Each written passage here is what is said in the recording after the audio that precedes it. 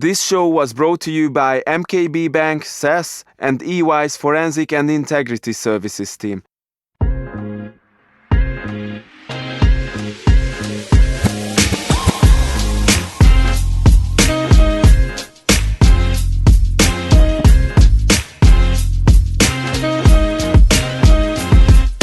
Hello everyone, welcome to the Defense Lines, Hungary's first podcast on the control functions in banking, insurance and corporate sectors. My name is András Bácsfalvi and I'm your host for the show that brings you real value and hands-on takeaways from the field of compliance, anti-money laundering, IT security, fraud prevention, risk management and internal audit. In order to achieve these ambitious goals, I'm gonna be joined by my colleagues who are not just the best in what they do, but they also have inspiring personalities that helps them through their journey of their professional lives. My today's guest is Eric T. Young. Eric Young is founder and CEO of Young Enterprises LLC, an enterprise compliance leadership forum. He's also adjunct professor at the Fordham University School of Law, teaching corporate compliance. Eric re-engineers compliance programs to enable regulatory health and business growth, and he builds and sustains enterprise compliance programs aligned with international expectations, including the US DOJ Corporate Sentencing Guidelines, Federal Reserve, New York State Department of Financial Services, UK Financial Conduct Authority, FCPA, and Basel compliance standards. He has 40 years regulatory and chief compliance officer experience with the Fed, JP Morgan Chase, General Electric, S&P Global Ratings, and 4 foreign banks, including UBS, and most recently as CCO of BNP Paribas Americas. Eric graduated from Columbia University at the age of 20 with a degree in economics and has securities licenses with FINRA and is ACAM certified. He has worked and lived in New York, Connecticut, London, and Toronto, while traveling across the globe as part of his global compliance duties. He is a frequent speaker and author and been featured in the American Banker, Wall Street Journal, and Reuters. Eric is presently writing a book highlighting how the COVID-19 pandemic reinforces the need for a continuous and candid dialogue between the CCO and the independent board of directors to enable the CEO and management to be more effectively compliant. Hello, Eric. Thank you for being here with me today. I apologize in advance if I just giggle like a little girl sometimes, because really for me, making an interview with you is like my son could meet Dwayne "The Rock" Johnson or the Batman. So thank you again for being here with me today. Köszönöm, András.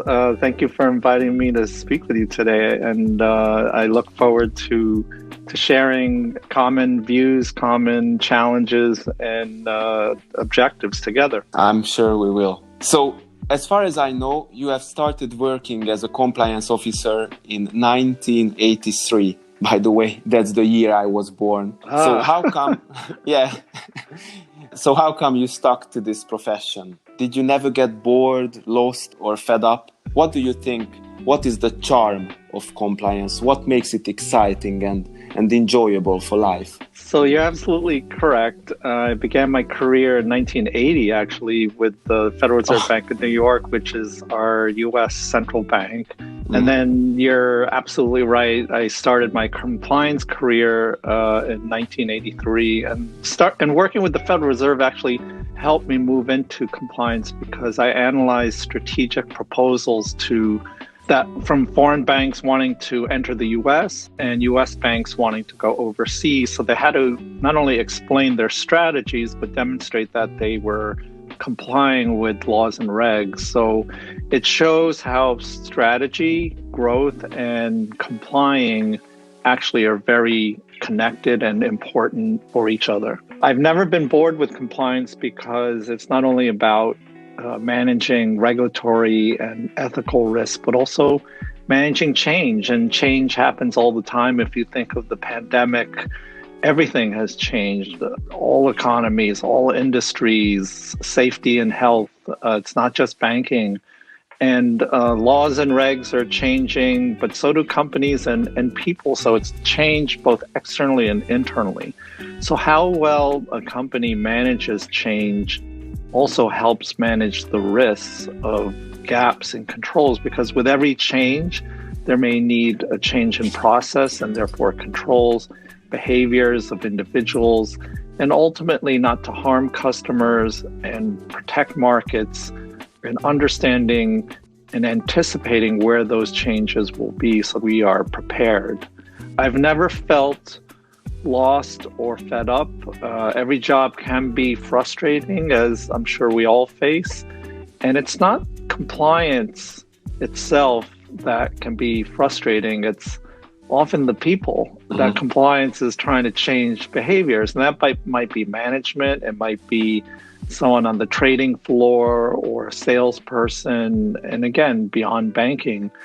But being a chief compliance officer requires courage, persistence, and collaboration. That is so important, to be able to work with people, whether they're on your team or your management, the business partners, technology, especially going forward, multiple functions, and especially the chief executive officer, because if you have the CEO support, then everything and everyone typically falls in line. The charm of compliance is being able to build and maintain a program which accomplishes three things. One is satisfying our regulators and auditors, because that's always important. Second is, of course, protecting our customers and markets. And that should be the priority in terms of why we are in business, to make profit, but not at the expense of markets or customers. And then enabling the company to grow, but doing so safely. And being a chief compliance officer, and I've done this for 40 years now, so quite a long time, but an exciting time, because if you think of the markets changing all the time, all the technology that's come into play since 1980, 1983, what a better way to learn the business, the economy, lessons learned from the mistakes of others, whether it be publicized enforcement actions, and there have been many in many ways, whether it be money laundering with Deutsche Bank and Wirecard, or Siemens and Volkswagen, or U.S. companies, J.P. Morgan. Bribery is very much a common denominator. Money laundering is another, and antitrust and privacy are very common issues that we all face regardless of where we're based or where we operate. And ultimately, it's about reputation. Reputation is paramount, and it can be lost in nanoseconds because of social media. And we have to ask ourselves every day, when something happens somewhere else, could it happen here? And we cannot think we're so good that it could never happen here. So for me, it's exciting. Personally, I love it. I've always loved to learn and teach and meet people like yourself. What better way to learn than from each other, and to teach our young staff, because we learn from them. I'm privileged to speak with maybe the most experienced compliance officer on earth. So please tell me something about the very beginning. How did compliance look like in the 80s or in the early 90s? Was it similar to the compliance we know in 2020? It was very different. For one thing, the technology was a lot different, but unless it was in retail branches or retail brokerage, there wasn't even a department called compliance. I grew up actually in What finance. was it called? What was the name of the department? It was, we called it compliance, but it wasn't a standalone function. We were part of finance. We reported into the chief financial officer. But that was actually really good, because the Foreign Corrupt Practices Act, which is all about bribery and corruption, there's a section in there, and that was passed in 1977, which to this day still applies, which is about accurate books and records, the accounting. And so to learn compliance through debits and credits and payments and systems and settlements is the best way to learn how compliance works, because unless you understand how the products and the money flows in an operational way, compliance is only surface. And it's changed a lot from being a lawyer to someone that's much more operational. So it's evolved like many functions, like audit did before. Is it similar now in 2020? The penalties are much greater. Back then, it was more like a traffic ticket, and it was the businesses saying, oh, I can afford it, I'll just write a check, it's the cost of doing business. But now with accounting scandals like Enron back in 2002 and the 9/11 terrorist attacks, and there have been many more since then, compliance and internal controls, which is all about people, process, and technology, and accurate books and records, and complying with laws and regs, it's become so much more important, not only to governments, but also to corporations and the financial system. Accurate accounting and integrity of numbers, and now accurate and integrity of data is what will make compliance departments as well as companies and banks successful, because then you can document and certify that they are accurate and true. We have to truly know our customers. We have to prove it in writing that we know that we're not doing business with an enemy country or agent. Employees not only have to be aware of policies, but they have to prove it through testing and surveillance by compliance. And the financial crisis of 2008 through 2010, again, proved, unfortunately, that business people were desperate to make money, and therefore not a direct correlation, but Wells Fargo and other institutions have shown that they will, at any cost, try to make money by cheating customers, fake accounts, for example. And so the penalties are much heavier, a lot more documentation. And then finally, bribery and corruption has been with us for centuries, probably since the start of time. But the penalties and the way of capturing through surveillance, whether it be accounts payable, human resources, is still a challenge for compliance, but starting to get easier. But it's the penalties and the enforcement actions and the U.S. Justice Department that's making companies pay more attention and take it more seriously. So that's great for compliance. And final point is the skill sets of compliance officers. I mentioned before that previously they were either lawyers, former regulators, but it's more than just knowing the laws or knowing how to raise issues, but solutions. The business people want answers. They don't want problems. So the skill sets of compliance is how do we solve the problem together?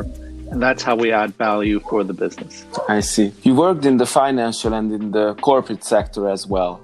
What are the key similarities and the main differences between these areas from the compliance officer's point of view? So many industries like healthcare and pharmaceutical companies are also very regulated. Same with the energy, such as nuclear or fossil fuel, and the food industry. And if you boil it down to common attributes between non-banking and banks, it's to protect customers, protect society. And there's more similarities than people realize. The banking industry is more mature because it's people's money, and it's taxpayer money that through deposit insurance in the US and certain other countries that provide a safety net if banks fail. But what we learned from the crisis is that when one bank fails, it can create a chain reaction with other banks. Now with the pandemic, we see an even greater connection, not only within banks, but also with the healthcare industry, with the energy industry, so-called critical, essential industries that need to keep the world and local governments running even when shutting down for safety reasons. But at the end of the day, what we will see, unfortunately, is likely more misconduct, more cheating of customers, faster testing And it might be, the vaccines or the therapeutics to get to market. So it's a balance between making a lot of money, but also protecting the safety and health of our world, if you will, with the pandemic, but doing so with integrity. And that's the commonality. The difference between bank regulatory compliance and let's call it industrial or non-bank is non-banks, and I worked at GE for 5 years that made jet engines, MRIs for healthcare, hospital networks, light bulbs, communications, so many things. They manufacture products, real tangible products. Banks trade and sell and lend money, and that's the main difference. So compliance is expected by bank regulators, financial regulators, to have a separation, an independence from the business that is responsible for managing the risks. And there's a big debate right now as to whether compliance is a second line of defense out of the three, audit being the third. And I say yes, absolutely, because you need a function to challenge management as to are they doing the right thing, the right way. And the board of directors, from a governance point of view, also needs to challenge management. They can't just rubber stamp. So when you're making an aircraft or a healthcare product like an X-ray machine, the activity of complying needs to be along that assembly line of the manufacturing process or the technology process. But you still need an independent arm before audit, whether it be risk management or compliance, to challenge and make sure that there's integrity in the process of manufacturing. With your experience, I think you are the best person to ask. What makes someone a good compliance officer? What do you think? What kind of mindset or special kind of skill set should we have? I call it the 5 C's, and it's a great question because it's a question that we need to ask ourselves as to how do we help the business. So the 5 C's is 1, being calm. If you're calm in a crisis, then so will your management, so will your board and your team. And it shows that you've got this, you know what has to get done, you're not panicking. And because if you panic, they'll panic. If you're calm, they're calm. Second is being credible. You really do need to know what you're talking about. You don't have to have all the answers, but know where to get it. It might be from your team, and that's why being a good leader is important. A manager of people, but also a collaborator with technology, operations, the business heads have to have credibility because without it, it's much more difficult. Compliance officers, as part of that credibility, should also be solutions-oriented, as I mentioned before. Strategically minded, especially as companies in this pandemic try to find ways to do business in a very different way. The status quo is no longer acceptable. Everything is much more virtual or remote, and it might have to stay that way for a while. And to be credible, it's how do we get to yes?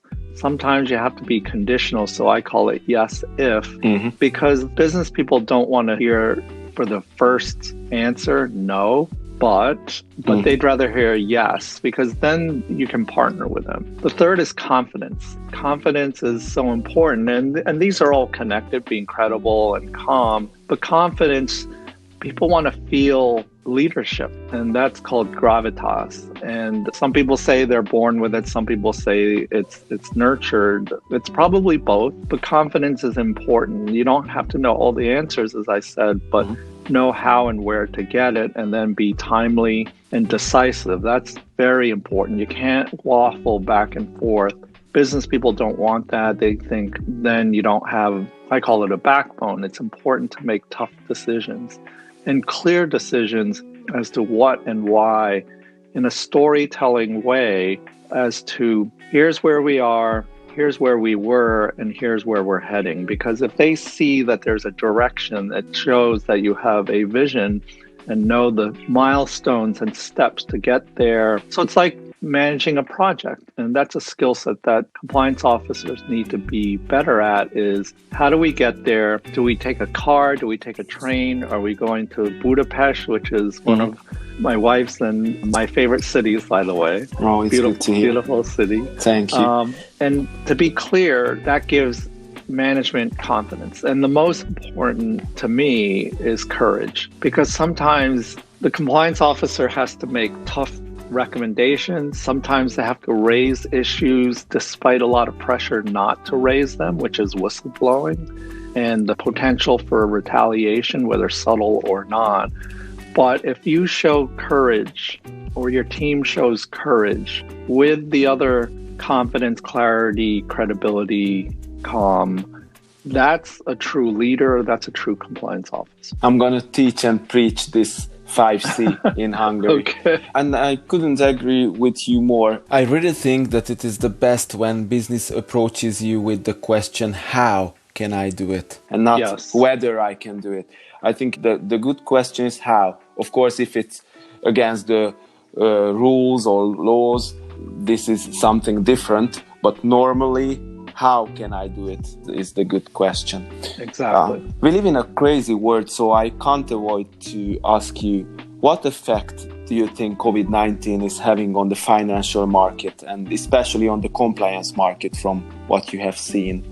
And my other question is, do you think the pandemic also affecting the next hot regulatory topics set for release? You're absolutely correct. COVID-19, the pandemic, initially, January, February, March, April, they plunged the financial markets, which affects all banks, all financial activities. And that was because the world knew so little about this massive and rapid spread of an unknown virus. We didn't know how it spread, who it was spreading, what age groups, etc. And it forced a lot of countries and regions to lock down whole economies, just shutting them down. And that further compounded the financial markets. But then with time and better understanding, so now it's June, July, August, etc., we've gotten more therapeutics, hopefully a vaccine sometime over the next 2, 3, 4 months. We'll see. The markets and the economies have calmed a bit, and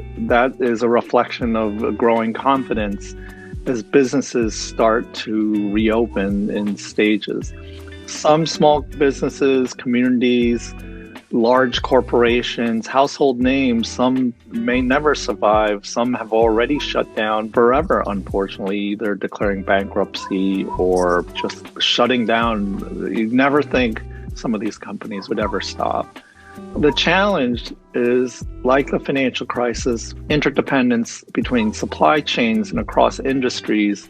One is, will there be another chain reaction? Has there already been a chain reaction? And I think the lessons learned from the financial crisis of 2008 is governments acted pretty quickly to provide emergency funding for small businesses and others to keep at least some level of employment going, some businesses to stay afloat, to avoid bankruptcy. But as you've seen, banks have significantly increased their loan loss reserves across multiple industries. Compliance risks will grow because companies, when they're desperate to survive, they do desperate things, unfortunately, and they cut. And I think even before the pandemic, there was that trend to cut because of low interest margins and markets.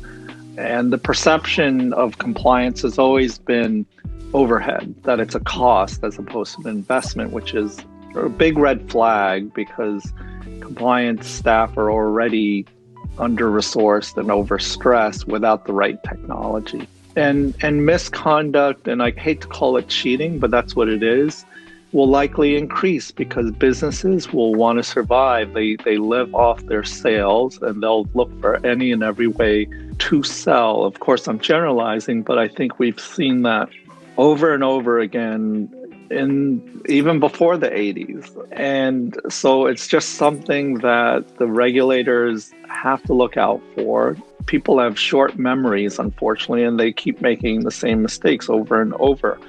And anti-bribery and corruption laws are much tougher, as I said, and supply chains are going to be under so much pressure. They can't afford to let things slip through the cracks. They have to by companies up the vertical chain to get product, and they will do whatever it takes. And the question is, where is it legal versus illegal in terms of bribery and corruption? So compliance officers have to be strong. This is where the courage comes in. They have to be protected by the board and raise integrity issues to the board. That is so important. Yeah, I absolutely agree with you. I always thought that no one should think of compliance as a burden, than rather as a tool that can be used to protect your company, your customers. Absolutely. And as for the last question, compliance is relatively new in Hungary and in Central Eastern European region, of course with growing importance, and I really hope that with rising popularity. What is your advice to us? How can we catch up with the States in this regard? So first, we in the United States also still have to learn. We have lessons to learn, particularly because mistakes seem to happen over and over. So we are far, far from perfect. But in terms of maturity, yes, we're further along. And it's a question and suggestion to look at the enforcement actions and also the regulatory regimes. How are we structured? How do we supervise our banks?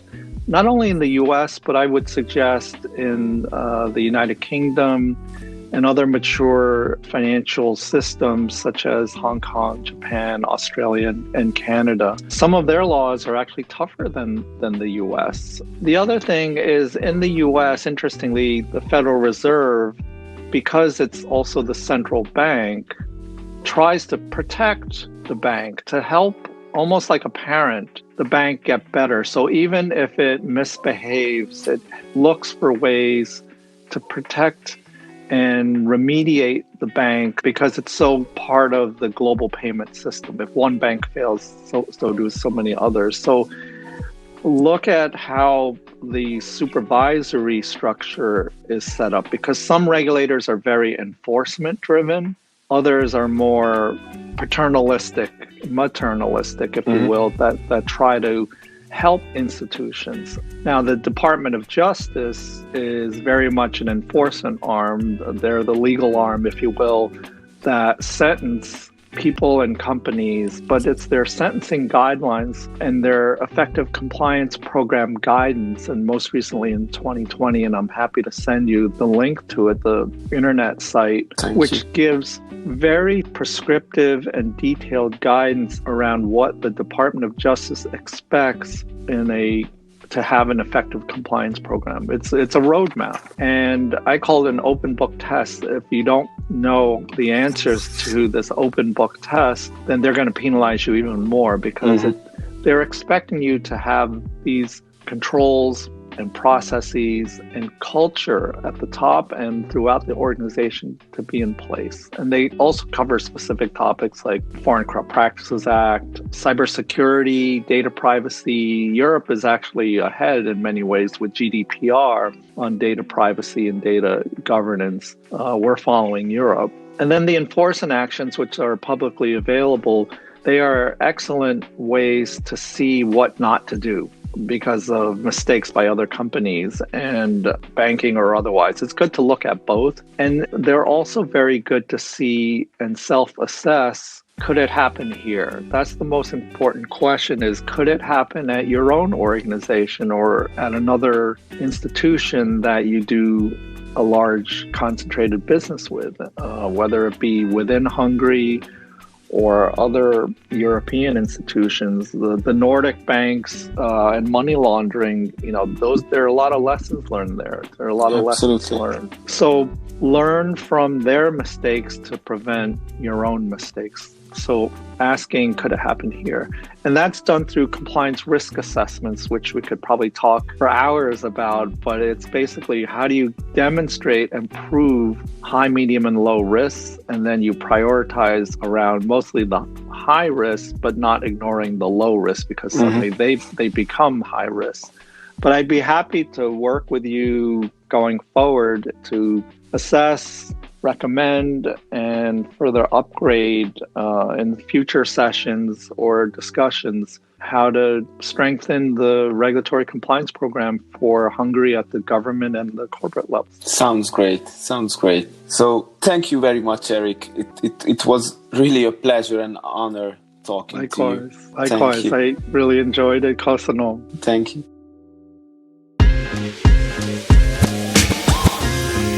Thanks for joining me today. You have just listened to the Defense Lines, the podcast for the control functions. If you found value in this episode, please subscribe so you will never miss a show. András Bácsfavé is signing off, but till our next meeting, do not forget, those who try to convince you that safety can be increased only by jeopardizing your business goals will eventually deprive you of both.